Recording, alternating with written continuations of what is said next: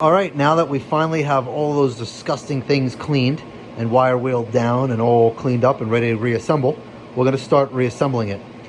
What you want to start with when reassembling this thing is actually the knuckle itself, and then worry about putting the rotors and everything on the wheel bearing part of it there, the hub, because that's more weight that you don't have to carry.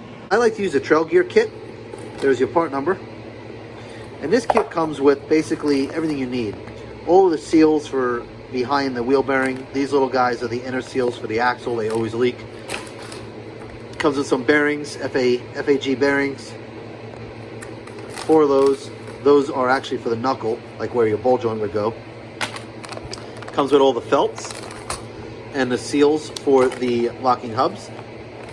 And it comes with all new felt retaining rings and seal. Oh, it even comes with these. I didn't know it came with those. Nice. These are the shims for preloading the axle assembly. It's kind of annoying to have to sit there and do this. You got to take it apart, put it together, take it apart, put it together, but very necessary. And it comes with the fuzzies. Well, I call these the felts. I thought I pulled them out of the box already, but I did not. And these are what basically do the scrubbing of the knuckle. Okay, so you got to pick out this seal here. And it's pretty far back, obviously, and it's pretty tight. And it's very important that you change it. What I like to do is get a screwdriver that you don't like and get it between the body, the axle housing, and the seal. And always lean it towards the seal, so you dig into the seal and not into your axle. That's why I'm hitting it this way, opposed to hitting it in this way, or even straight.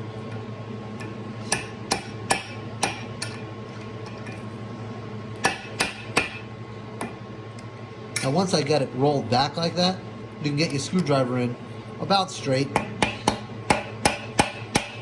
and basically peel it out from there. It's a little ugly, but it'll come out.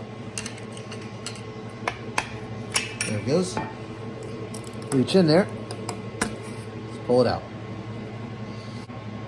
Once it's out, obviously, clean up where it goes. Make sure you didn't mar nothing up, and we'll install the new one. There's also a good time to clean out the axle shaft hole all the way in through the differential, because currently it's completely open from one end to the other. About the only time you can stuff a rag through there with a broomstick or something. What out of your kit is the inner axle seal. Don't forget this. The bigger seal goes on the back of the hub. We'll get to that a little bit later. So let's go ahead and install this guy here. When you install these seals, they're metal and they are very difficult to get started straight. You'll end up bending them. It is very important that they start straight. You want to use a socket that fits onto the seal nicely. And that is how you'll be able to drive it in evenly. So let's go ahead and give that a try. First, you start with your seal and just kind of snug it in there with your hand. Visually inspect it and make sure that it's as straight as you can get it started. They're kind of a bugger because they're so far back. Okay, I got it pretty straight. Now, take your socket, and I don't have a thing that fits in it too well, so I got this janky mess, and basically drive it in. And don't mess up, because you'll be sad. It's going, but it's trying to start a little crooked down here. So I'm gonna basically just tap the bottom.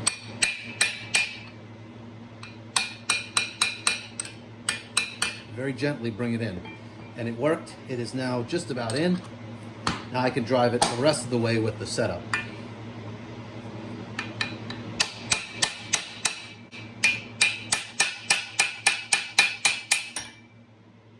And you heard the sound change because it's now bottomed out. All right, for this next part, you're gonna need a big tub of grease. Buy 2 of these. You're gonna go through a lot of grease in these things. Your bearings, the rubber seal, the felt, the little half moons, the retaining ring, and the gaskets. All right, you're going to want to first install all of this stuff onto the ball, the knuckle end, so that your actual knuckle will fit over it. Look wrong way. Because if you don't, you'll never get that stuff on after this is put on. And this is kind of a one-time thing. You don't want to keep taking it on and off. Okay, so the way this goes together is first the metal ring goes in. That gives your rubber seal somewhere to sit. That sits nice and flat in there. Then the felt goes on it, and it has these cut ends. They face towards the kingpin. And then these guys go on. So in reverse order, this whole stack goes on the knuckle. Right? And in this order, it is first your felt.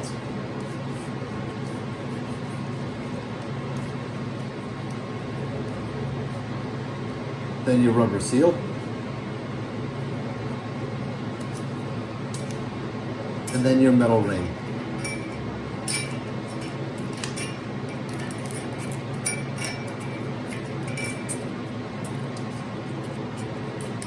Now that that's on there, you can install the knuckle. This will fit in the knuckle, then the seal, then the ring, and then the little moves. There we go. Like that.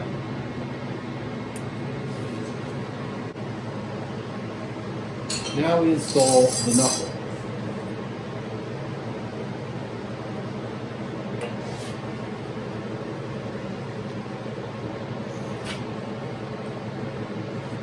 You need a bearing.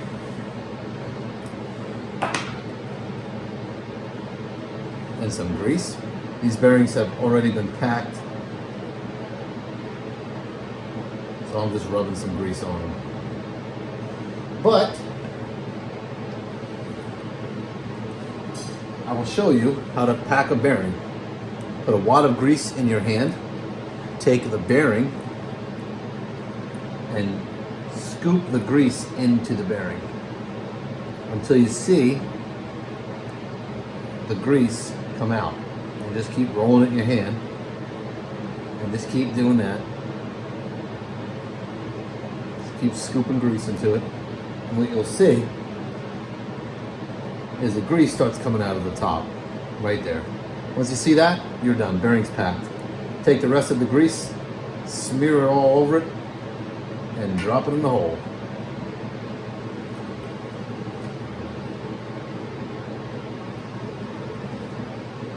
Any new bearing, that's how you get grease in it. Or even use ones that you cleaned, like these ones.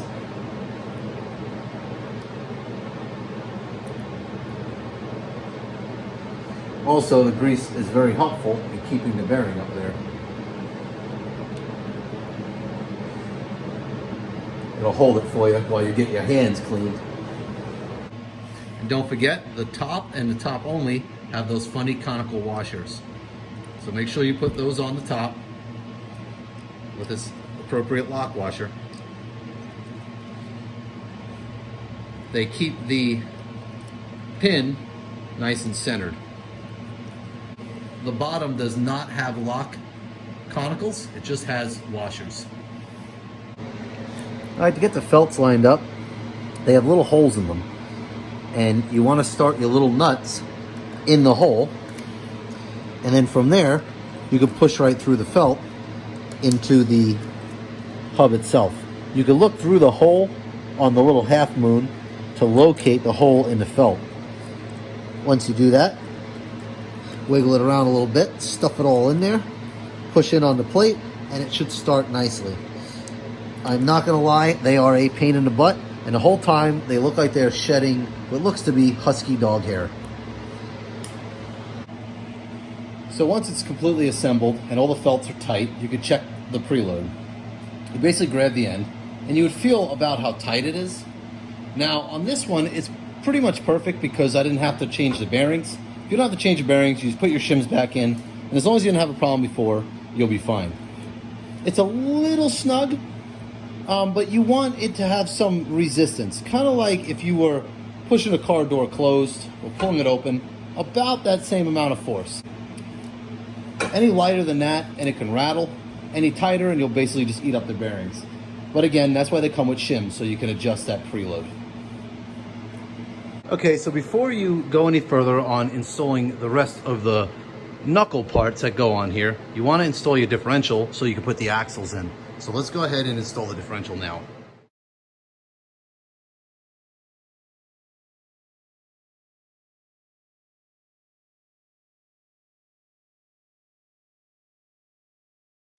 Okay, so next we're up to installing the axle.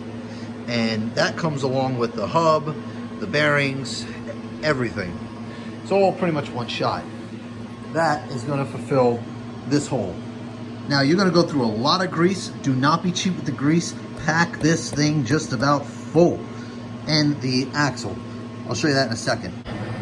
Okay, so now onto the front brakes. But before we install everything, I wanted to show you guys a simple upgrade you can do.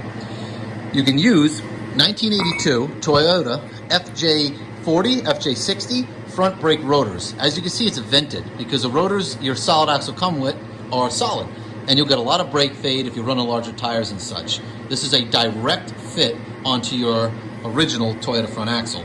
The difference is this has the 6 bolts for the lug studs, and then those 2 are for a 10mm shafted bolt that goes through it, and that's how it's held on. The earlier model had this. The later model, these stud holes were not here. It just used bolts to hold it all the way in. So do note that when you're buying the rotor. You can still get it, same stuff, just year specific. If you have an older axle, you need the older rotor off of the older Toyota Land Cruiser. If you have the newer axle with the bolts that are different, you use the newer rotor off the Toyota Land Cruiser. The difference is just a year split.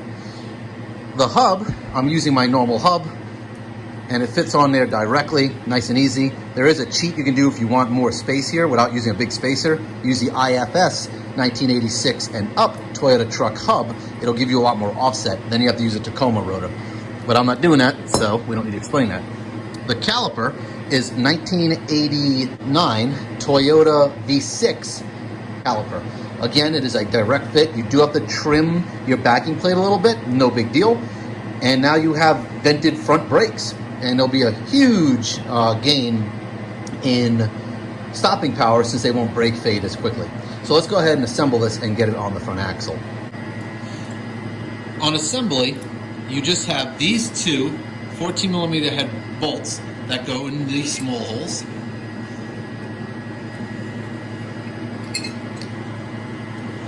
And this is where it gets a little contradicting. Everyone always says you have to replace your studs. The reason they say that is because you beat them out to get them out, and you could damage the tips of the threads. I used a brass hammer and was very careful to not do so you can reuse them. If you have to get new ones, buy the Toyota stud. Do not buy the aftermarket ones. They will break on you and you will be pissed because they do not come out easy. They literally go straight through the rotor and through the hub. They are a lot to get to. The whole front end's got to come apart. So don't cheap out there. Get the good studs. Also, you can use Toyota Matrix studs, which have the same fat body, but a nice long threaded end if you're running aluminum wheels or something that requires more thread, because this only sticks out yay far. And if you need a little more, you can use a Matrix rear stud. It works fantastic. I've done that before on a lot of different models and different builds of things I've made. So I can verify that does indeed work. Once they're in there, you just push them down all the way, and you'll have to drive them down with a punch or something. But first, tighten these up before you drive those down. When you drive these studs in, put a block of wood underneath your rotor, because otherwise you'll damage all of these studs sticking out for your hub because you were knocking on them. Put down your piece of wood, put down your rotor, and now you're ready to beat these things in. I always use a little brass hammer up against them, then the metal hammer. The brass and metal one is fine. Never hit 2 hammers together. Too hard to steel. Do not do very well.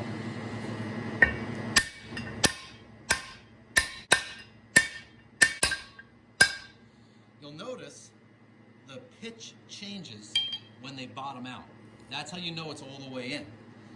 You could also use a nut and washer on the other side to pull it all the way through, but knocking them in works just fine. And then you can basically put it on. Now when you torque your wheel, you'll want to torque it and then undo it and then torque it again to make sure the studs pull through. If you do it once after doing this, you could run into the studs loosening up because they weren't pulled all the way in the first time around.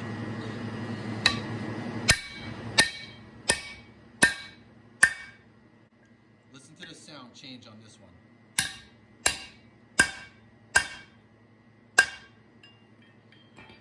That'll let you know it's all the way in.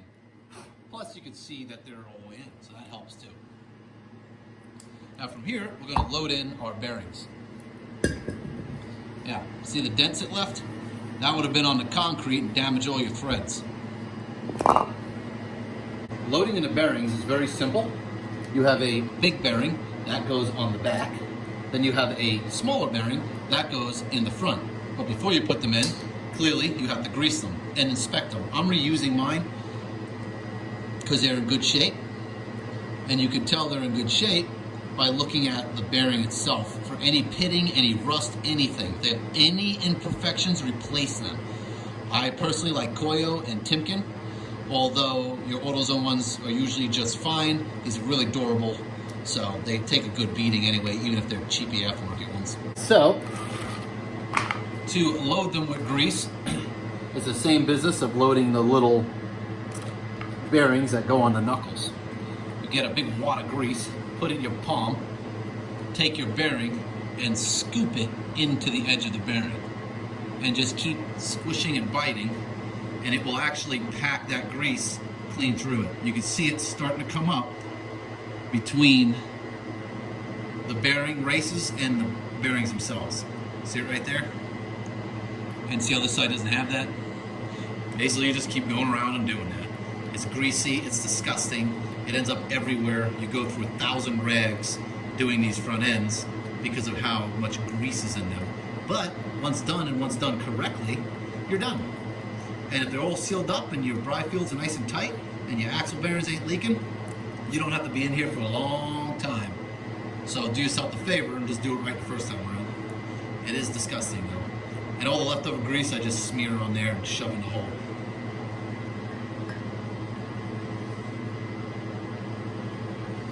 Ah, delicious. Now I don't know how to turn off the camera.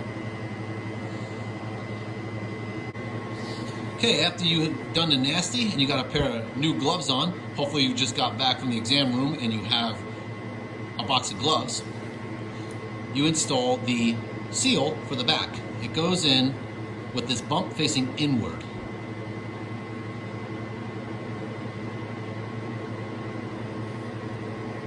You stick that in and simply tap it in. Nothing special. It's kind of finicky to get started, but once it's started, you just drive it home. And don't go crazy. It basically just has to be flat with the back of the bearing hub. Okay, so now we're going to install the axle and the spindle. You're going to go through a lot of grease. Don't get cheap with the grease. Pack it in here and pack it in here. And then take this big greasy wad and shove it in there. When packing this full of grease, take a big handful and scrape it along the side to jam the grease behind these cups. And it'll just keep eating it up as you put it in there. You'll think you're not getting anywhere, but you are. Just keep stuffing it back behind there until this entire cavity is full. Okay, now that the thing is completely packed full of grease, you're going to take your spindle and install it. Now, this brass bearing, you also want to put some grease in there. Again, don't be shy with the grease, put it on everything. And if you think you put too much on it, put more. That's what keeps this whole thing going, is the grease. Before you install the spindle, make sure you install the gasket. Then install the spindle with the notch facing down. That's so if water gets in there, it can get back out. Voila, your spindle is set. You will need this gasket, which has a little cut in it, which will line up on the bottom. Then you take your backing plate that you're reluctant to use and reinstall it. Okay, once your backing plate is installed, you can install the seal ring here. Now note that it says up at the top. That's pretty self-explanatory. It goes up. Then you line up that whole train of stuff and start threading it in.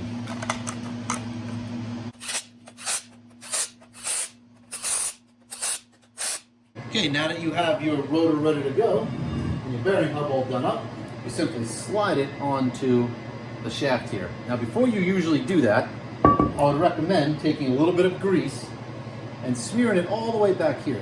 The reason for that is so your seal has some lubrication and it doesn't tear it up. You can also lubricate this big old seal here too.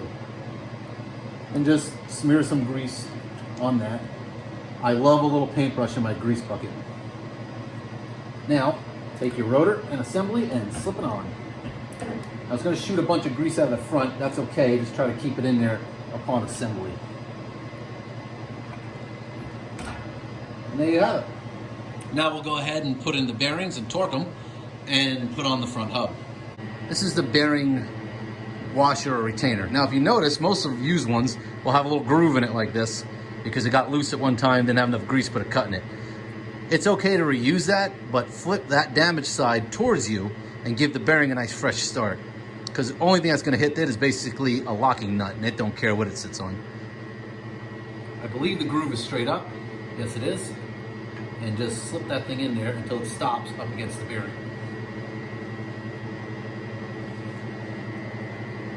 Okay, we're up against the bearing. Got grease everywhere. Next up is one of these. Doesn't matter which way they go on, although they are stamped, so they kind of have a round side and a flat side. I usually put the flat side in first on this one here. Again, it doesn't really matter. It's just habit, I guess. Okay, after that nut is wound down, you should have almost a 1/2 inch, 3/8 so thread sticking out. That's how you know that nut is all the way in. Then you basically set its preload. You snug it up and then back it off a little, snug it up, back it off a little, turn it and snug it and back it off a little until you get a good preload. This guy now has to go on. This is your retaining clip. It's going to have the same little tooth. It slides over the top like so. Before you bend over these tabs to catch that back nut and this front nut, install the front nut. This way it doesn't walk around on you when you're trying to bend it. Just don't tighten it yet until you're ready to bend your tabs down. Just wind this guy all the way in. Okay, so I'm up against it. Now, I'm going to tighten the back one first, bend the back tab in, and then I'm going to tighten it more and bend the front tab in. We're going to tighten up the front nut and then lock the front nut also.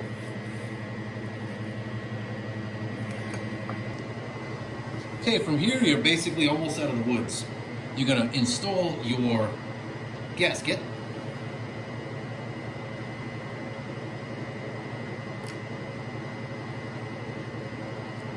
Once the gasket is on, you're going to install your hub. Now remember, these studs fit these studs. Well, these dowel pins fit these holes over the studs. Spin around a little bit, bada bing, that's on there. Now once that's on there, you have to install this little retaining clip on the outside of the axle snap ring. Get your snap ring pliers and let them do their thing.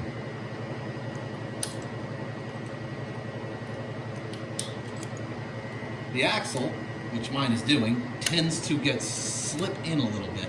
You have to pull it all the way out and push your hub all the way in to gain access to that snap ring groove. You can grab it with pliers or whatever. I just grab it with the tip of the snap ring pliers in the center hole. Spread your snap ring and put it in. There we go.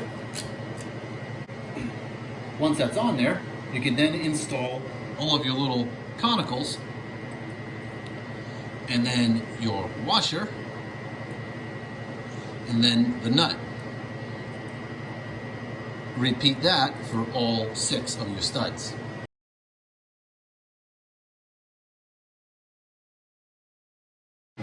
Okay, after your hub is installed, you're going to now install your locking hub.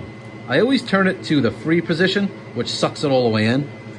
Before you put it on, obviously install your gasket, which just fits because it has to go over all these little marks that are in it.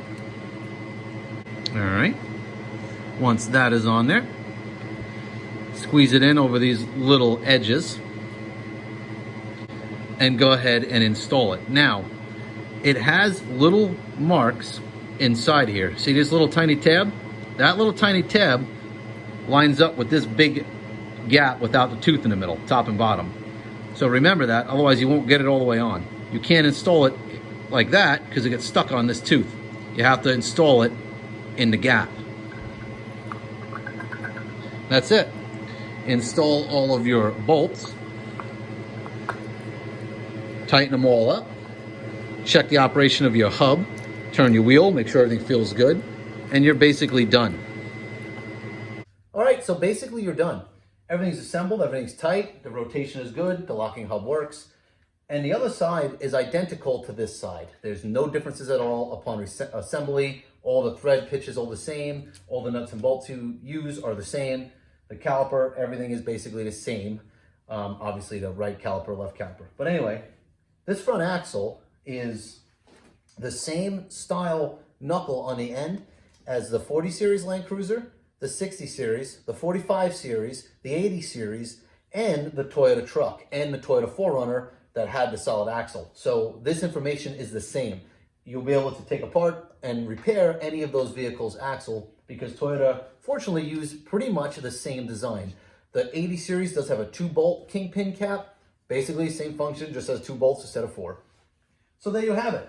Hopefully that's been informational. If you have any questions at all, just hit us up in the comments and we will get back to you as soon as we can and answer any questions you have. Don't be afraid to do it. It's a lot of bolts, a lot of grease. You'll go through a ton of rags, but it'll be rebuilt. And there's nothing better than a good, tight Toyota front end. They're almost indestructible. All right, well, happy wheeling.